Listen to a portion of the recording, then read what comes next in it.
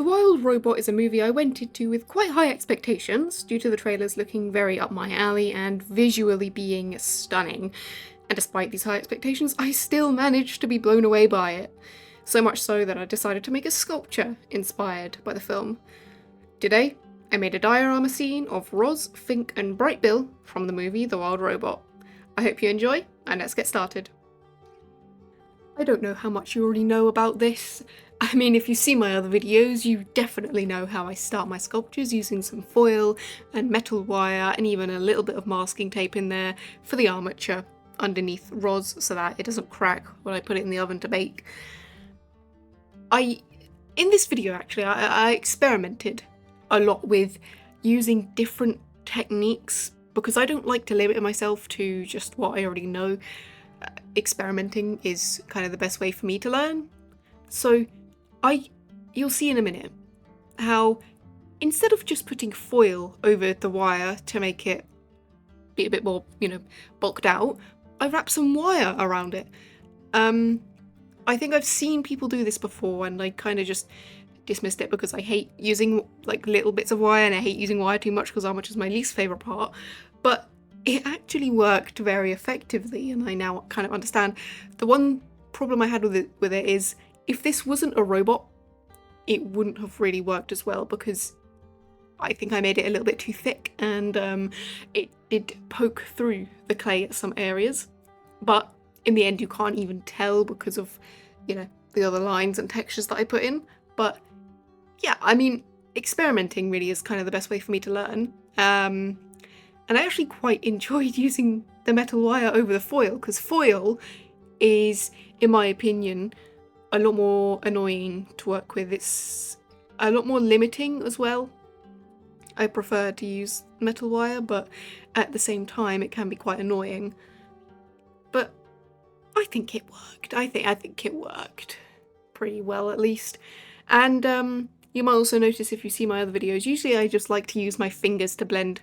Like I only really use my fingers. I mean, tools aren't really my friends. I always say my thumbs are my biggest friends because they can blend out things easily. But of course, if you've seen kind of my community posts, you probably know that I've been having some problems at the moment, and I think it might be time to switch up my technique to stop hurting myself so much, like my joints and stuff. So for the most part of this video, you actually see me switching to using tools more, which is very out of my comfort zone. But despite that, they worked very well, and I see why other sculptors do it, but it still felt a little bit uncomfortable. I didn't really like how I held the tools. I've been sculpting for a few years, and I've mostly just been learning off my own accord. So, all of my techniques are my techniques. Other people might use them, but I didn't come up with them obviously, but they're things that I, thought of to do. Using my big old brain, which isn't very big. And I think using tools might be the way to go from now on. I still use my thumbs. You can see throughout the video, I still like to use my thumbs. But yeah, tools. Curious. Definitely try using it more in my next video.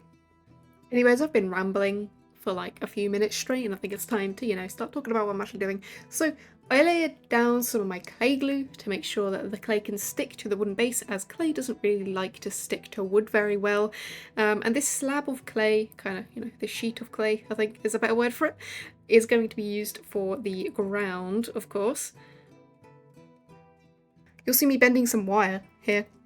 This is going to be used for the branches of the tree.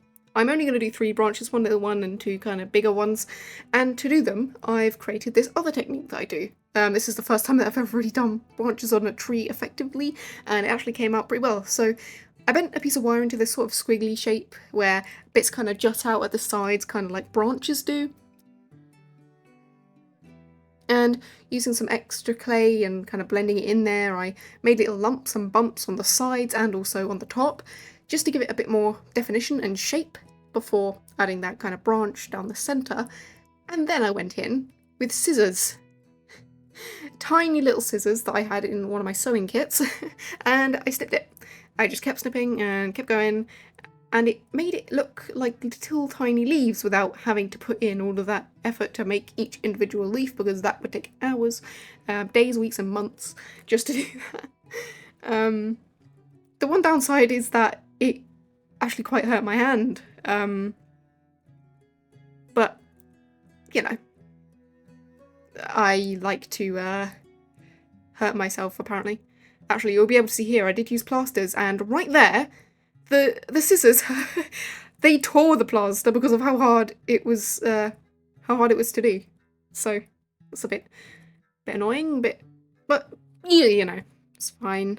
It's fine. Anyways, after that, go back to Roz because I need to actually finish doing the textures because I didn't. And on okay, this is the first time, other than Eclipse, that I have made a robot. I don't like it.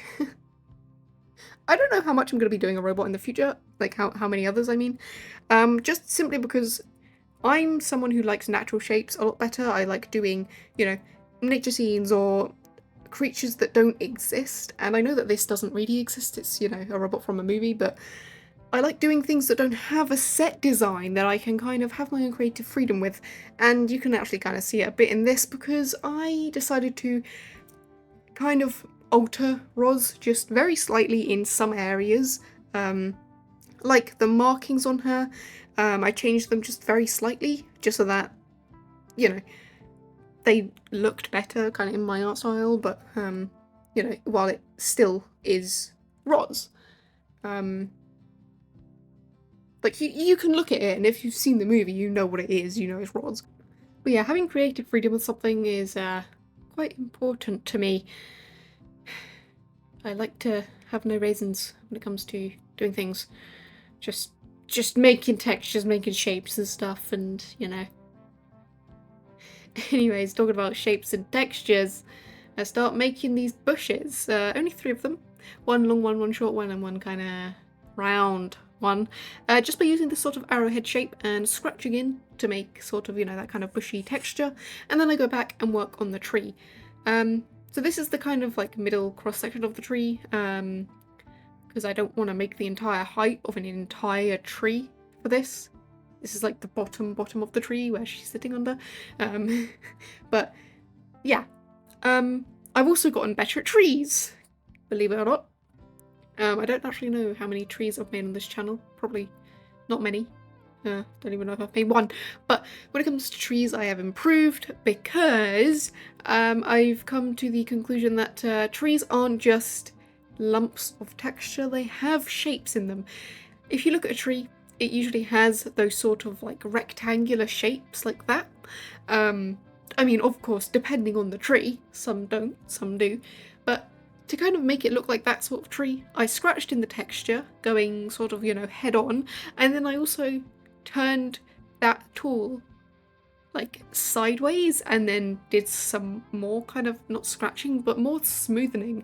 It kind of makes it gives it that painter style that the movie has, I think. So that it's not too textured, but it's not just completely flat. Of course, I then go in and add little bits of moss as well. This, again, I have improved because I used to, on trees, do moss like just regular ground green moss, but now I've realised that moss on trees usually is kind of white. I don't even know if it is moss. It's probably like type of fungi or something, I don't know. Probably not. I don't know. But yeah, it's more white, so, you know, you'll see me, I've realised that later. But yeah, I add the bushes and then I do the texture we've all been waiting for, I hope. Moss. It's been a good few videos since I've done some nice moss. Let me tell you, I've missed it. I love moss. So I go in with my sort of hooked ball tool. It's just a regular ball tool that I damaged once and then it became hooked, and I kind of squiggle in, make these little textures, and then I damage it for the sake of adding like a dirt patch area. I hate myself for that. The poor moss. And then I kind of use the scissors again and make some leaves to kind of be scattered on the ground. Some are going to be like, I a sort of like leafy plant, and then other ones are going to be scattered about just like normal leaves. Like, you know, that it's kind of like a little fern thing. I don't know what it is. And then I start making flowers. Now, if you've seen my other videos, I make flowers in a very specific way, different types of flowers, different ways. Never done one in this way before because I don't want these to look like, you know, those big detailed flowers, simply because I want the attention to be on Roz, Fink and Brightbill and not the flowers. This isn't a scenic sort of, I mean, it's a diorama of a scenery, but the main focus isn't the scenery for once, it's the robot just in the centre of it. So I don't want it to be, you know, too attention seeking, just little balls of clay, and that's the flower. Then I start to make Fink. Again, I have improved on making small things this time. I might have even mentioned this in my last video. I've gotten better at making little tiny things like a fox, for example. Specifically Fink in this video. Just because I've realised that using small ball tools is kind of the way to go. It helps to get, you know, those little pieces that are blended together. And also to make little textures and like scratching out the little eyes there and the mouth. I love Fink. Always by Pedro Pascal, isn't he? Ah, love Fink. Best character. What a cutie. You'll never catch me saying that ever again. I'm sorry. But yeah, give him some texture as well. Kind of, you know, fur sort of texture. Again, keeping it in that sort of painted kind of style. Not going too textured. And then Brightbill took about 5 minutes. I mean, you know, when I say I've gotten better at doing smaller things, I really do mean it. I got a lump of clay and just made a little, like, gosling out of it. Look how cute it is. So cute. Make the little arms and the beak and the eyes, and then, you know, you have Brightbill with a little bit of texture as well. And then I use some clay glue, gluing just a little bit on the bottom before sticking it right into the palm of Roz's hand.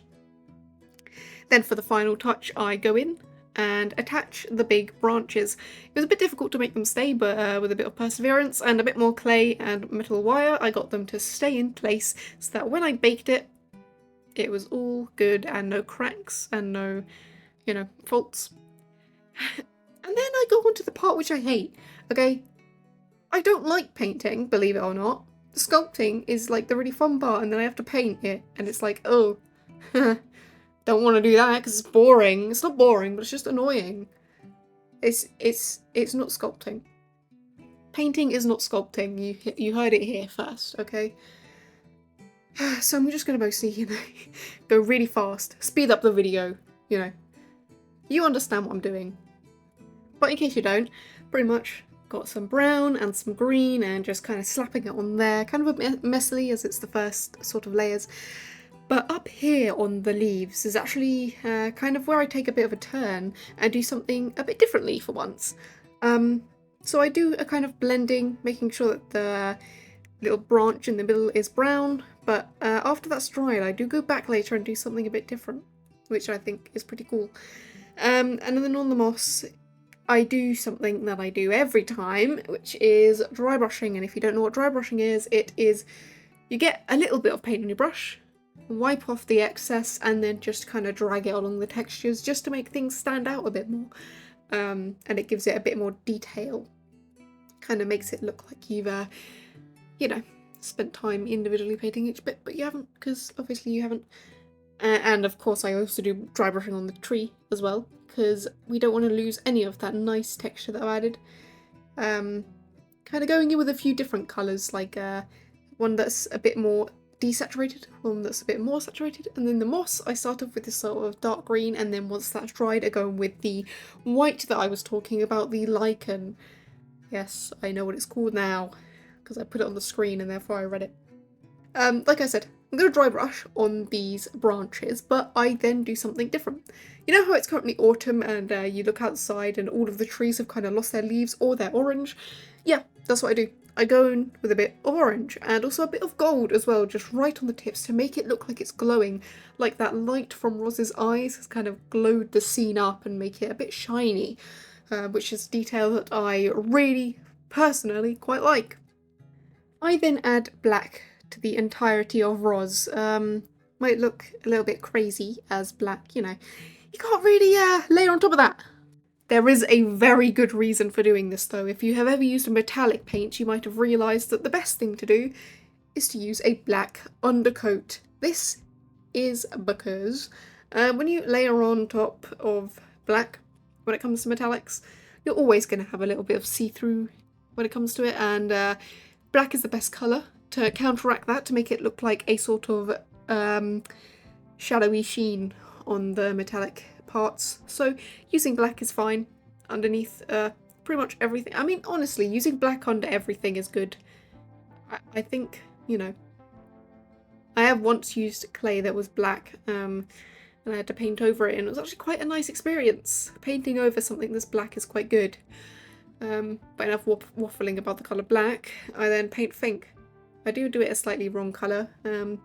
Fink is a bit more of a reddish orange, not so much of a yellowish sort of orange, so I do go back and dry brush on top of that to make it a bit more red, and then I give Roz the little light bits in her eyes just by blending out some white into some yellowish orange.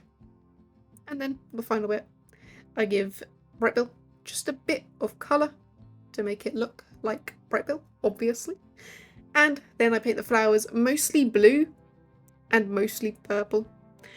Actually no, I don't say it's only blue and purple what I went about. And then I dry brush a slightly lighter colour on top just to give them a bit more definition, make them a bit more interesting looking. Again, the colour isn't too bright, it doesn't take too much attention away from Roz and Fink and Brightbill.